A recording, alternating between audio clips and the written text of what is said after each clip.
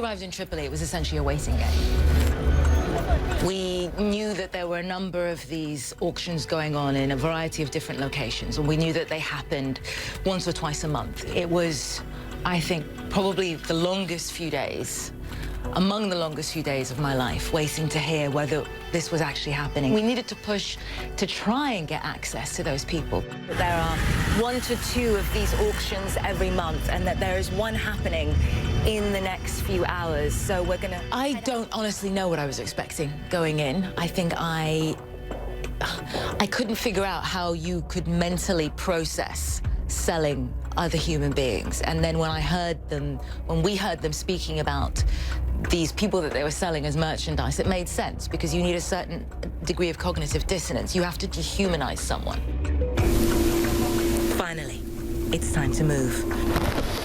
You still have a job to do, so it distracts you a bit from what you just witnessed. But when we were actually sitting there watching the auction, it felt like everything was going in very, very slow motion.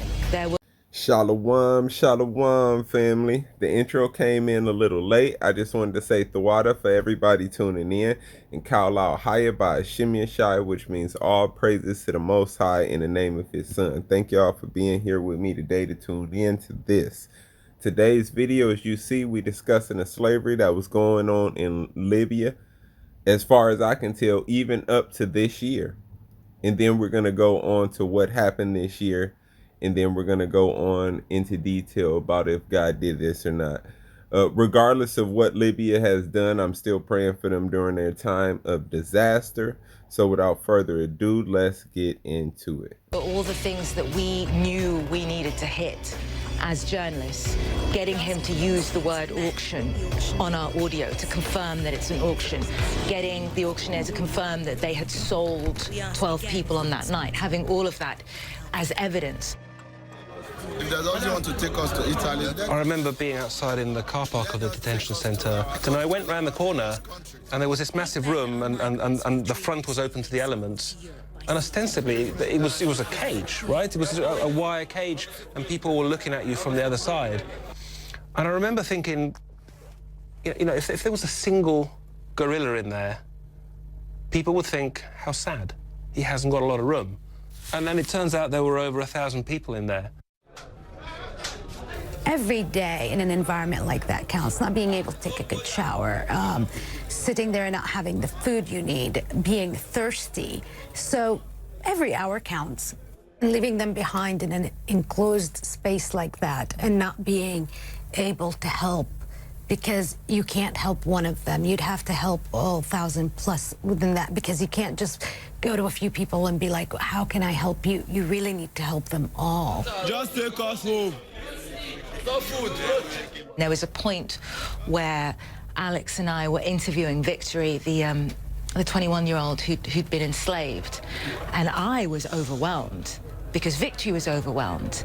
Going back home now. A lot of my friends, we start together.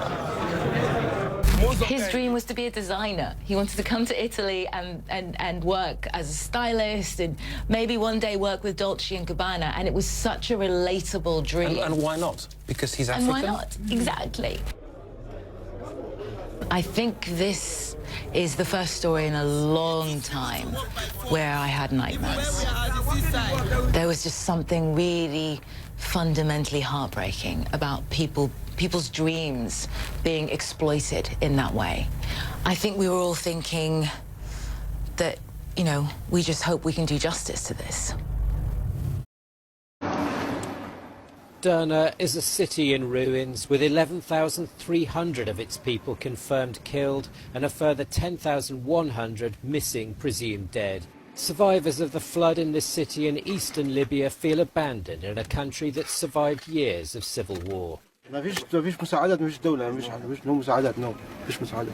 وين 5 أيام أنا 5 days. Since the Civil War was mentioned, I wanted to go into a brief history of Libya before the Civil War, right?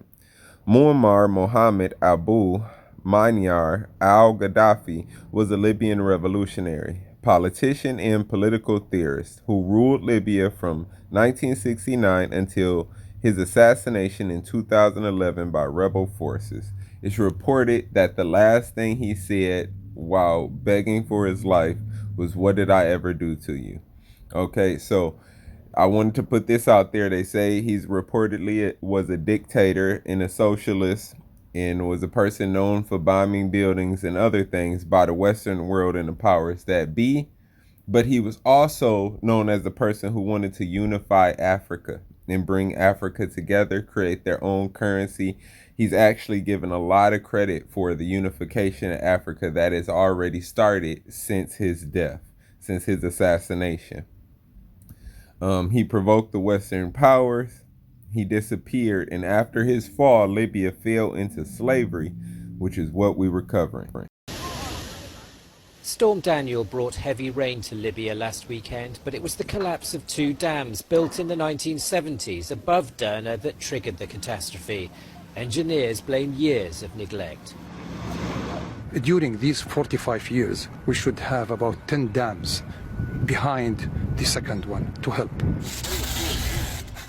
To the west of Libya, in its capital Tripoli, aid is beginning to arrive for those left homeless. A Libyan army spokesman said as many as 1.2 million people could be affected.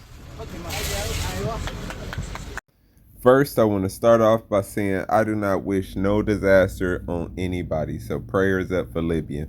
But this video, when I saw what Libya was going through with the flood, it immediately made me think about how slavery became a endorsed thing by Libya in 2017 and been going on for the last 6 years. Slavery of black people in modern times.